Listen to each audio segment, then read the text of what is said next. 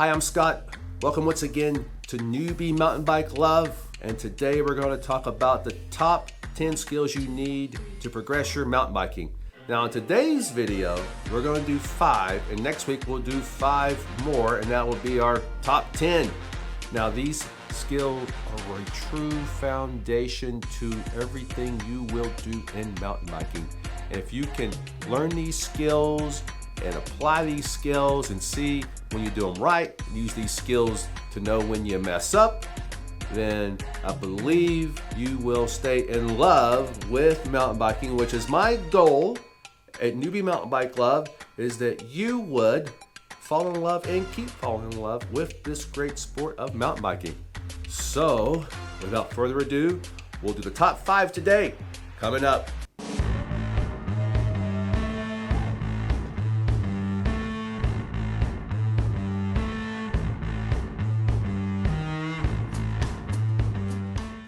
All right, again, Scott, Newbie Mountain Bike Love. Thanks for tuning in, and let's get down to 5 of the top 10 skills you need to progress your mountain biking. All right, number 1, be ye ready. Sounds simple, I know it. I'm saying be ready in your mind for what the trail is bringing at you. Being ready in your mind means you're focused and alert and you're aware of what's going on, because trails change all the time. They're very dynamic. You can't get lazy in your brain and start wondering, oh, did I leave the oven on? No, you're on the trail. Focus on what you're doing. Now, if your mind is alert and focused and ready, then your eyes will follow suit, and your eyes will keep scanning the line that you want to go on, and your eyes will be the first thing that sees what's coming on the trail, so it can tell your body what maneuver you want to do, how you want to shift your weight, whether or not you want to modulate your braking, what speed you'll be in, what gearing you'll be in. It all starts with the mind, then the eyes see, and then you make a judgment call on what you should be doing with the rest of your body. Now, when I'm saying be ready, of course it starts in the mind, and your body will be in a ready position. Now, the ready position is low, knees bent, elbows bent like a push-up position, and you're ready to attack what's coming up. Now, you'll still be heavy in your feet and light in your hands. If your hands are going numb, you're gripping that grip way too tight. And you need to put more weight into those pedals, equally weighted pedals. We talked about that before. Also, you can be ready and resting at the same time. You'll stand a little taller on the pedals, slight bend in elbows, slight bend in knees, and kind of just resting your body, looking ahead of the trail, and you can easily, from that taller position, when you're resting and catching your breath, get back down to that low ready position where you're ready to really attack what's coming up on the trail. Now, there are times when you'll be sitting on the saddle as well, because it's hard to stand the whole time. You'll be wanting to sit down, catch your breath, go a little slower. Now's not the time to tune your brain out and look at the scenery per se, unless you're going super slow. Now's the time to rest and catch your breath. Now, there are features on the trail like climbing and certain, especially technical climbs, where you will want to be seated when you're doing these things, so you can add some traction to the back tire. So being ready is not just about low crouched attack position or the tall, more relaxed, loose position. It's also a seated position that you'll be ready in. If you stay seated during a technical part of the trail where you should be in more of a low ready position, you're gonna pay for it. That trail is gonna dictate where your body goes instead of you dictating where your body goes. Mountain biking is all about weight distribution, where you put your body weight. And being in that low ready position puts you in control where you put your weight where you want on the bike, depending on the terrain and the feature of the trail. So if you are seated all the time and get used to that, the trail will tell you which way to go instead of you telling it which way you want to go. Don't do that. Now, correct body position is not just about being low or being loose and taller or sitting. it's also about where you put your weight on the bike. So, an important skill to learn is moving your body back when you are descending and forwards on the bike frame when you are ascending. Now, the other position you put your body is you leave it more straight and you move the bike underneath you to inside your legs. This is called, again, it's called bike body separation, and moving the bike independent of your body. And you'll use this when there might be trees close to the trail, you're wanting to work around them, branches. You also can use it to move around tight objects on the trail themselves, like rocks or any kind of mud or something you might want to avoid or something you might want to hit. Now, there is a proper way to practice bike and body separation, both forward and back and side to side. And I recommend that you videotape yourself doing it, or better yet, take a fundamental skills class and really learn how to do it, because your head should really be on an even plane forward and back when you're doing it. And it's so easy, people want to rock their head up and rock it back. And it's really kind of difficult to judge yourself when you're on the bike. You need someone to be watching you. I will again tell you that through all these bike and body separation maneuvers, forward and back, side to side, you should still have equally weighted weight on the pedals and lighten the grips. You just can't go riding a mountain bike through the woods, staying in one position on the saddle like you're taking some kind of a leisurely ride in the park. If you do that, you're really headed for disaster and accidents, and you're going to be beat up. Don't do that.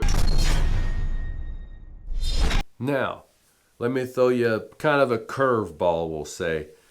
When you're going slow, which happens quite often that you have to go slow on a mountain bike because you're either climbing a hill or you get slowed down by the terrain, going through a technical section. But when going slow is one of the times you will have more of your weight onto your hands and you'll be a little lighter on your feet. And the reason is because that way it's easier to steer the bike. So going slow takes more steering, which takes more weight through your hands to the handlebar, so you can control the bike in what direction that you want to go. A lot of this done many times when you're in a taller, looser position as well, because it is easier when standing to shift your weight a little forward on the handlebars. And along with the steering through these sections, you'll have modulating your braking, which means you'll gradually press your brakes according to where you want to steer and avoid, and you'll pedal at the same time. And it takes some balance, it takes some practice, and that's why it's a fundamental skill that you will start working on now and keep on working on. Steering is very important, and very important at slow speeds. And really, slow speeds is a lot of what technical sections require.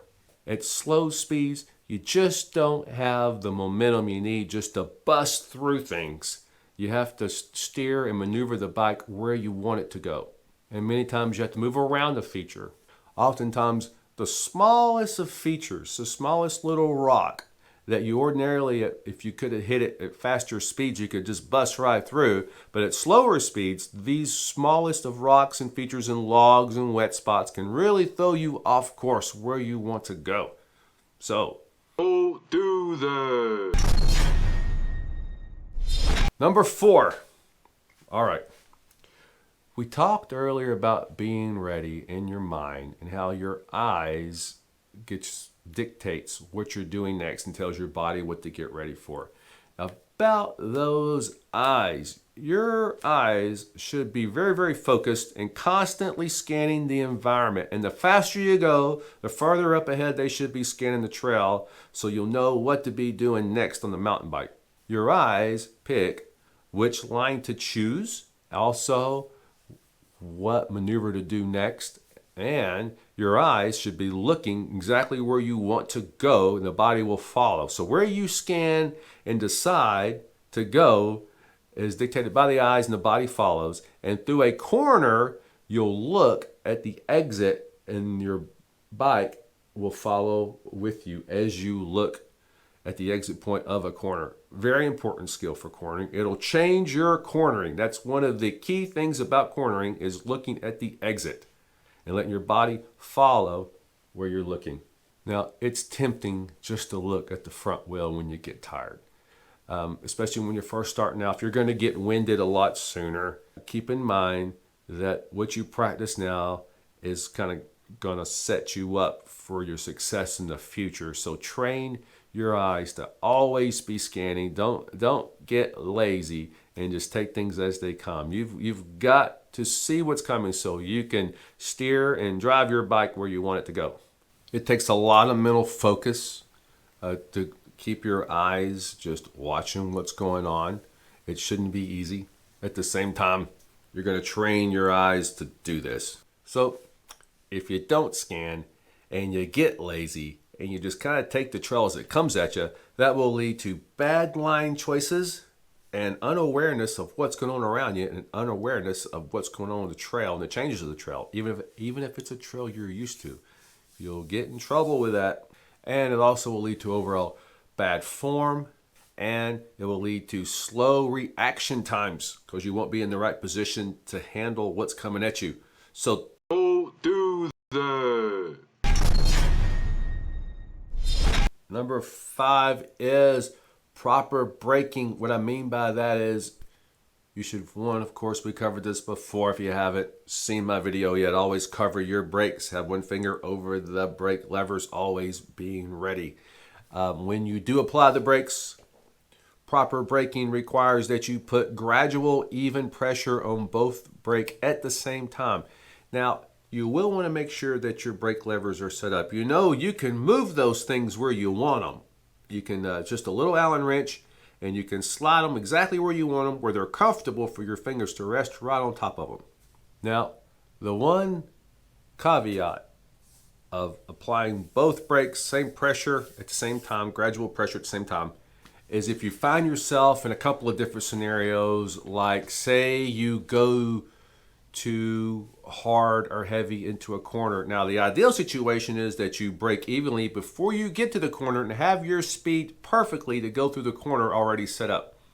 But if you find yourself going too hard into a corner right in the middle of it and you kind of freak out, do not pull that front brake because your front wheel will slide out. So only do the back brake in that scenario. And the other scenario would be, say you're going down a slick downhill technical section, there's loose rocks. If you're applying the front brake too much, when your wheel, say your shock compresses and maybe your wheel comes off the ground a little, if you have that brake too hard and heavy on the front, when that wheel comes off the ground, it'll lock it up. So as soon as it hits the ground, guess what? It's going to skid. So be mindful of that when you're modulating your brakes, going down a technical section. You can still apply both brakes at the same time. You've got to do it at the right time. It takes a little bit of time and coordination to do it correctly.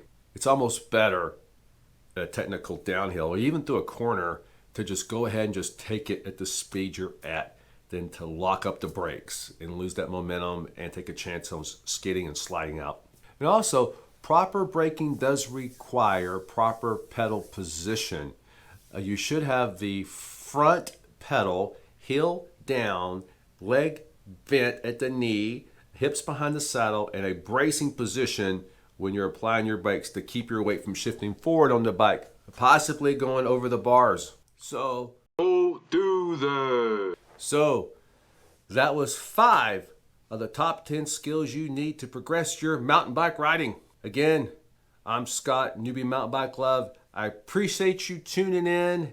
If you have any questions or comments, please leave those below. I need you to comment on these things. It really helps my YouTube and all that jazz. But the most important thing is that hopefully you learned something today and you learn something you can start working on and practicing on as you go out on the trails, maybe even this week, if not today. And I hope you have a great day, and I will see you out on the trail. Don't do that.